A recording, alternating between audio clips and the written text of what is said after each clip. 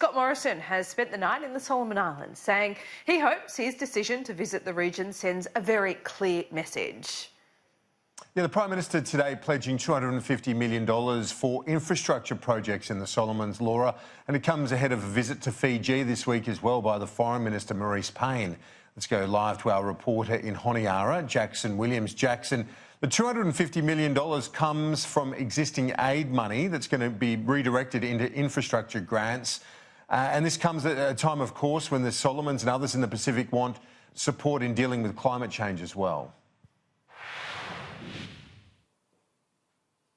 Yeah, climate change certainly is a pressing concern for many people in this region, but the $250 million in funding announced by Scott Morrison is not new money. It comes from the existing aid budget and will be repurposed for grants over a 10-year period totalling $250 million for small and urgent projects. But it is in addition to the $2 billion infrastructure financing facility for the Pacific announced by Scott Morrison late last year that is still being set up. The Prime Minister touched down in Honiara yesterday afternoon.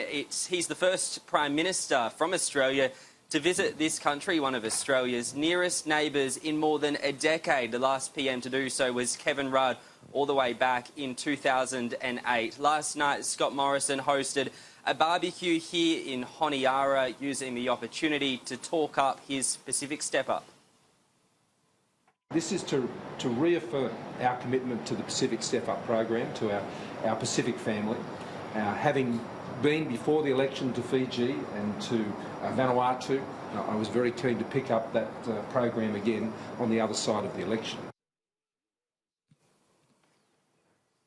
The Solomon Islands is one of 6 nations in the Pacific that has diplomatic ties with Taiwan. Beijing, of course, wants that to change. Australia does not, because if the Solomon Islands recognised China, then that would lead to more infrastructure spending by Beijing here in the Solomon Islands and increase Beijing's influence in the region, in Australia's backyard. Rick Hoa, former Prime Minister here in the Solomon Islands, has weighed in. He wants the Solomons to stick with Taiwan.